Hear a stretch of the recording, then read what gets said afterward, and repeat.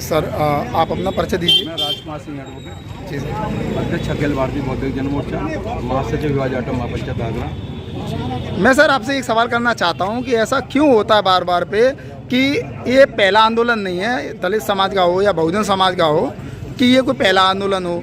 और पहले भी SC/ST एक्ट का जो इन्होंने छेड़छाड़ की थी तब भी आंदोलन हुआ था। तो इनकी छोटी बुद्धि में ये बात क्यों नहीं घुसती है कि भाई क्यों छेड़ते हैं बार बार संविधान को, क्यों छेड़ते हैं बहुजन समाज को? क्या इनको ऐसा लगता है ये लोग बटे हुए हैं तो इसलिए कमज़ोर हैं? अच्छा, आपने कभी हमारे पूर्वजों के नारे सुने? जी सर। क्या?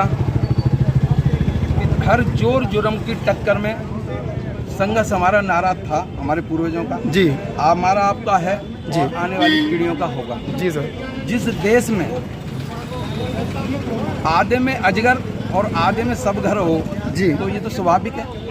आज देखिए कि जो आरक्षण की बात पर 50% की बात कर रहे हैं, यानी 85% में 50% है और 15% में 50% है। आज झगड़ा इसी बात का है। अब उसको लेकर के हम लोग कुछ आगे आए तो इन्होंने हमारे जो पूर्वज रहे हैं कि जाति तोड़ो समाज जोड़ो, मानवा काशीराम साहब का नारा था कि जिसकी जितनी हिस्सेदारी उसकी उतनी भागीदारी, भाई दे दो, मामला खत्म।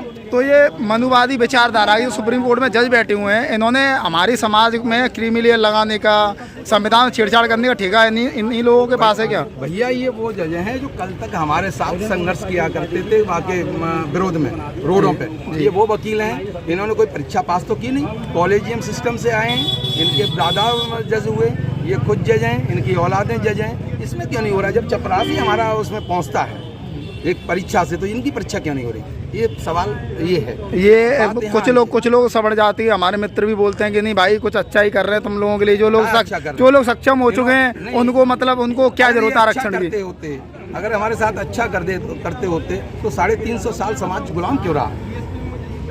जवाबदेही है किसी की? तो ये तो बहुजन समाज को सोचना चाहिए ना। आज भी बहुत सारे लोग हैं जो घरों में अभी भी स्त्री 2 देखने में बिजी हैं, जो घरों में बैठे हुए हैं, जो अपनी बीवियों को घूंघट ओढ़ के घर में बैठे हुए हैं, वो लोग क्यों नहीं निकलते हैं? ऐसा कोई कानून नहीं है, भाई को लड़ाने का काम है। कुछ लोगों ने मतलब बस ये है कि सिर्फ बहुजन समाज में SC/ST OBC में कुल मिला के 600-700 लगभग 43 जातियाँ हैं। उनमें से अगर मैं OBC वालों की बात करूं तो वो भी चाटुकारिता में कोई कसर नहीं छोड़ते हैं। वो चाटुकारिता, मेरे कई मित्र हैं जो जाट हैं, यादव हैं, गुर्जर, उनसे मेरी बातें होती है। मैं जब भी उनसे बात करता हूं संविधान के ऊपर, बाबा साहब को लेके, कुछ ही लोग आगे तो वो लोग आना नहीं चाहते, संविधान की रक्षा नहीं करना चाहते, ठीक है, आंदोलन नहीं करना चाहते, लेकिन मलाई जो मिलती है उसको चाटना चाहते हैं बस। साथ में है, ऐसा नहीं है कोई इनडायरेक्ट में हम लोग निकल करके आ गए। लेकिन यहाँ कोई बात होती है, मानव काशीराम साहब ने कहा था कि जिस व्यक्ति पर जो चीज़ है, जिस पर समय है वो समय दे, धन है वो धन दे, योग्यता है वो योग्यता विचार दे। तो ये लोग लगे हुए हैं, हमें ऐसा नहीं करना कि वो लोग नहीं आ रहे, वो सब। लेकिन सर मुझे थोड़ा ऐसा फील होता है, मुझे ऐसा अब तक महसूस हुआ है कि इन लोगों ने सोच रखा है कि जहाँ पिटेगा तो वो चमार चले जाएंगे पिटने के लिए। थानों में जो FIR होंगी वो चमारों पे होंगी, गोली खाएंगे चमार खाएंगे। लेकिन जहाँ आरक्षण लेना तो हम भी दे लेते हैं। अच्छा, ये बताओ, जंगल में जो जानवरों की जातियाँ होती हैं उसमें संघर्षशील कितने होते हैं? कुछ ही होते हैं, मान लीजिए।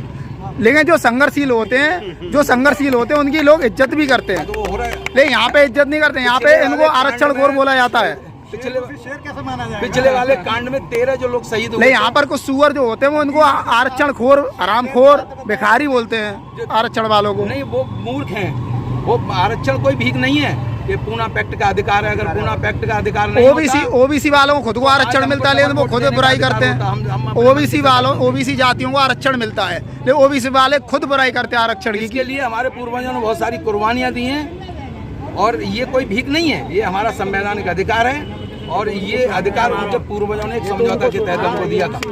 लेकिन इसका हमारी पीढ़ी को भी थोड़ा ध्यान रखना चाहिए। उन्होंने उनके आपको बस्तियों में जाना पड़ेगा, हमारे लोगों के बीच में जाना पड़ेगा, हमें जागरूकता अभियान चलाना पड़ेगा, इनकी मीटिंगें करनी पड़ेंगी, इनके कैडर करने पड़ेंगे। हमारे नेताओं को ईमानदार होना, हमारे नेता और कार्यकर्ताओं को ईमानदार होना चाहिए। नेता को ईमानदार।